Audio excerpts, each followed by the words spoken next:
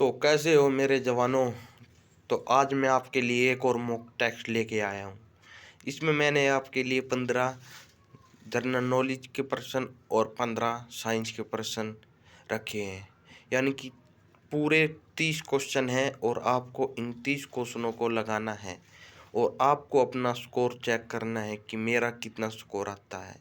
अगर आप इन 30 क्वेश्चनों में से अगर 22 क्वेश्चन बिल्कुल सही करते हो तो आपकी तैयारी बहुत अच्छी चल रही है।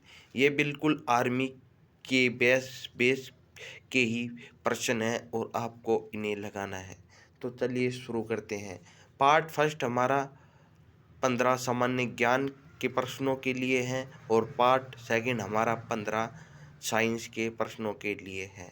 तो चलिए शुरू करते हैं।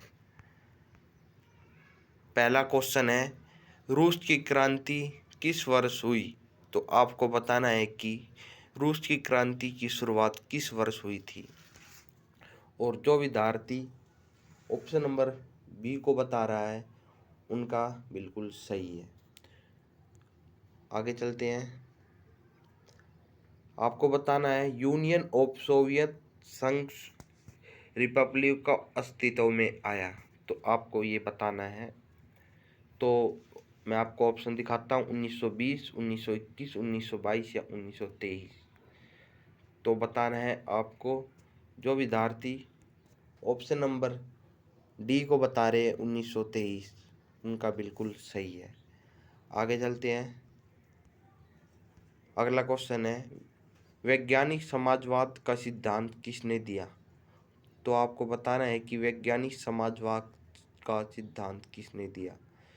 तो जो विद्यार्थी ऑप्शन नंबर सी को बता रहे हैं, ए और बी दोनों, उनका बिल्कुल राइट है। यानी कि एंगल्स और कार्ल मार्क्स, ये कार्ल मार्क्स की फ़ोटो है, इन दोनों ने ही वैज्ञानिक समाजवाद का सिद्धांत दिया।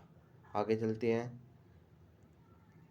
अगला क्वेश्चन है, चीनी क्रांति का नायक कौन था? तो आपको बताना है कि चीनी क्रांति हुई थी जो, उसका नायक कौन था। तो जो विद्यार्थी ऑप्शन नंबर बी को बता रहे हैं सुनियात सेन, उनका बिल्कुल सही है। तो आगे चलते हैं। अगला क्वेश्चन है, चीन के जातिवादी गणराज्य की स्थापना कब हुई? तो आपको बताना है कि चीन का जो जातिवाद आदि गणराज्य था उसकी स्थापना कब हुई। तो जो विद्यार्थी ऑप्शन नंबर सी को बता रहे हैं उनका बिल्कुल राइट है, 1949 को हुई। आगे चलते हैं।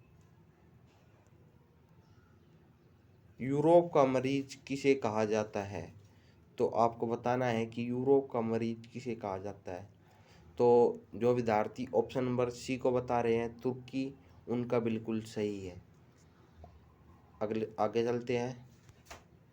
सातवां क्वेश्चन है, फासिज्म का जन्मदाता किसे माना जाता है? मुसोलिन, हिटलर, बिस्मार्क या डियाज। तो आपको बताना है फासिस्टवाद का जन्मदाता किसे माना जाता है। तो जो विद्यार्थी ऑप्शन नंबर ए को बता रहे हैं मुसोलिन, उनका बिल्कुल राइट है। आगे चलते हैं। निम्नलिखित में से किस व्यक्ति ने एक राष्ट्र एक नेता का नारा दिया?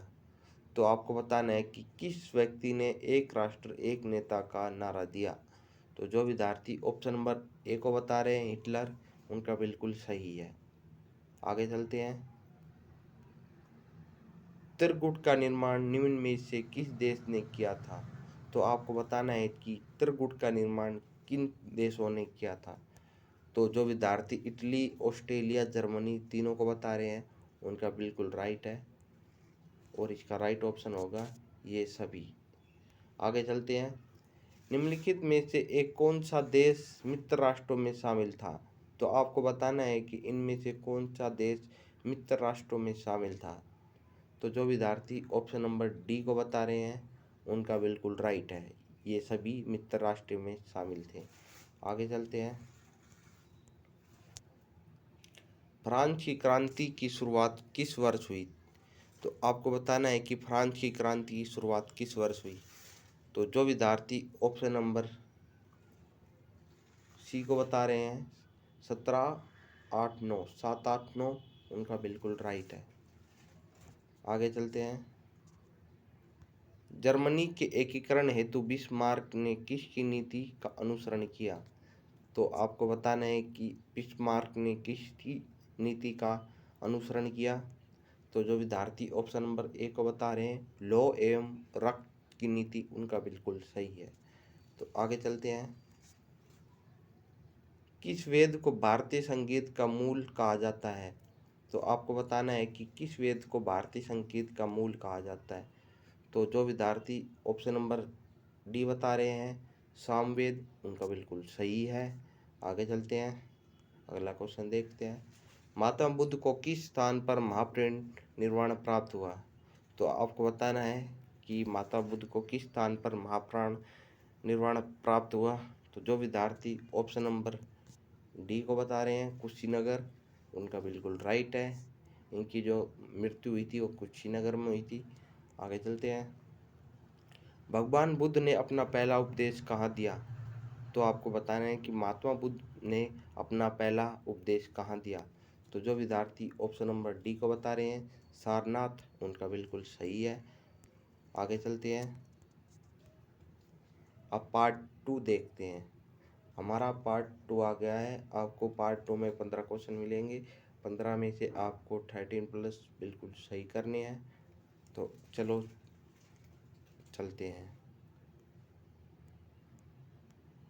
सामान्य विज्ञान 16 क्वेश्चन है। आंसुओं में कौन सा पदार्थ घुला रहता है? तो आपको बताना है कि आंसुओं में कौन सा पदार्थ घुला रहता है। तो जो विद्यार्थी ऑप्शन नंबर ए को बता रहे हैं, सामान्य नमक, उनका बिल्कुल सही है। आगे चलते हैं। लोहे पर जंग लगती है, तो आपको बताना है कि किस क्रिया द्वारा लोहे पर जंग लगती है। तो जो विद्यार्थी इन तीनों को बता रहे हैं, उनका बिल्कुल राइट है, उपरोक्त सभी। आगे, इंसुलिन की खोज किसने की? तो आपको बताना है कि इंसुलिन की खोज किसने की। तो जो विद्यार्थी ऑप्शन नंबर ए बता रहे हैं, बेंटिंग, उनका बिल्कुल राइट है। और इंसुलिन हमारा पैंक्रियाज में इकट्ठा होता है, ये भी आपको ध्यान रखना है। ये हमारा लीवर है और ये गोल्ड ब्लैडर है, यानी कि पित्त की थैली है, ये भी आपको याद रखना है। आगे चलते हैं, अगला क्वेश्चन देखते हैं। वनस्पति तेलों को घी में परिवर्तित किया जाता है। तो आपको बताना है कि वनस्पति तेलों को घी में किस क्रिया द्वारा परिवर्तित किया जाता है। तो जो विद्यार्थी ऑप्शन नंबर बी को बता रहे हैं, हाइड्रोजनीकरण द्वारा, उनका बिल्कुल सही है। आगे चलते हैं। निम्नलिखित में से कौन सी एक मिश्रित धातु है? तो इनमें से आपको बताना है कि कौन सी एक मिश्रित धातु है, जस्ता, स्टील, शीशा या एल्यूमिनियम। तो जो विद्यार्थी ऑप्शन नंबर बी को बता रहे हैं, स्टील, ये एक मिश्रित धातु है। आगे चलते हैं। निम्नलिखित में से कौन सी ईंधन गैस नहीं है? तो आपको बताना है कि कौन सी ईंधन गैस नहीं है। तो जो विद्यार्थी ऑप्शन नंबर सी को बता रहे हैं, लाफिंग गैस, उनका बिल्कुल सही है। आगे चलते हैं। निम्नलिखित में से कौन सा तत्व प्रबल क्षारीय ऑक्साइड बनाता है जब ऑक्सीजन में जलता है?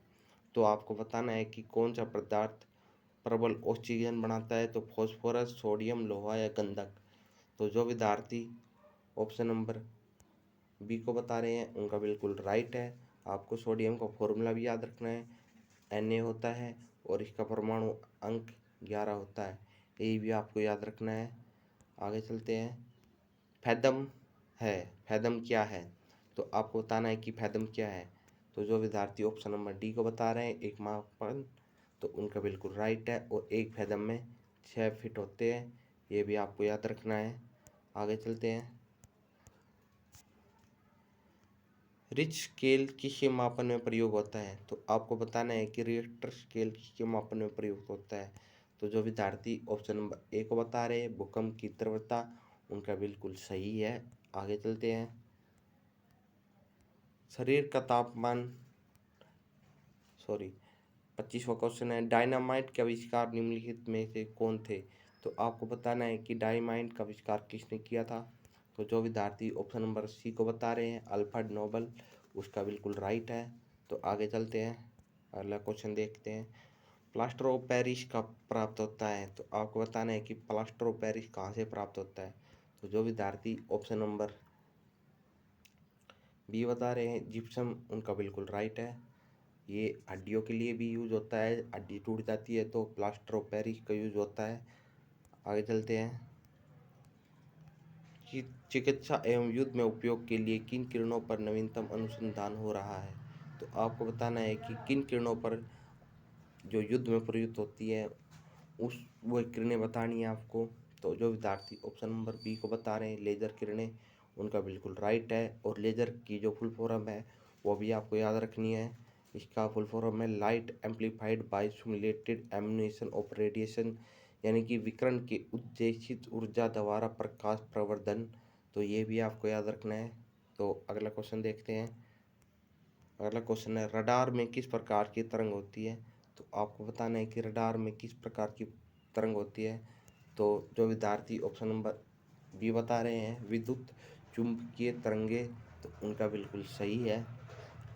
अगला क्वेश्चन देखते हैं आकाश के नील दिखाई देने का कारण। तो आपको बताना है कि आकाश किस के कारण नीला दिखाई देता है। तो ऑप्शन नंबर ए सूर्य की रोशनी नीली होती है, option number B, option number C, option number D. तो आपको बताना है किसके कारण होता है।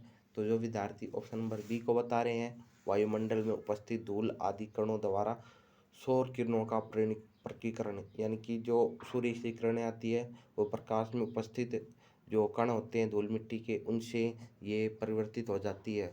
और आकाश और बैंगनी रंग का जो प्रतिवर्तक है वो सबसे ज़्यादा है, तो आकाश इस कारण नीला दिखाई देता है। तो आगे चलते हैं। तेज गति से आता हुआ वाहन हॉर्न बजाता है तो उसका चिप, तो उसकी आवाज़ जो हमें सुनाई देती है वो मंदी सुनाई देगी, अधिक सुनाई देगी, कम सुनाई देगी, या पहले कम या फिर अधिक सुनाई देगी। तो आपको बताना है। तो जो विद्यार्थी ऑप्शन नंबर बी बता रहे हैं अधिक सुनाई देगी, उनका बिल्कुल सही है। तो ये 30 क्वेश्चन से आपने इसमें से अगर 22+ राइट किए हैं तो आपकी तैयारी बहुत अच्छी चल रही है। अगर आपने 20 ठीक किए हैं तो आपको थोड़ी ही मेहनत करने की ज़रूरत और है। तो जो विद्यार्थी 22 कर रहे हैं उनका सिलेक्शन 100% है, और 20 वाले विद्यार्थियों का भी सिलेक्शन 100% है। बस आपको थोड़ी सी और मेहनत और जान लगानी होगी। तो धन्यवाद दोस्तों, फिर मिलते हैं अगले मॉक टेस्ट में। तो थैंक्स।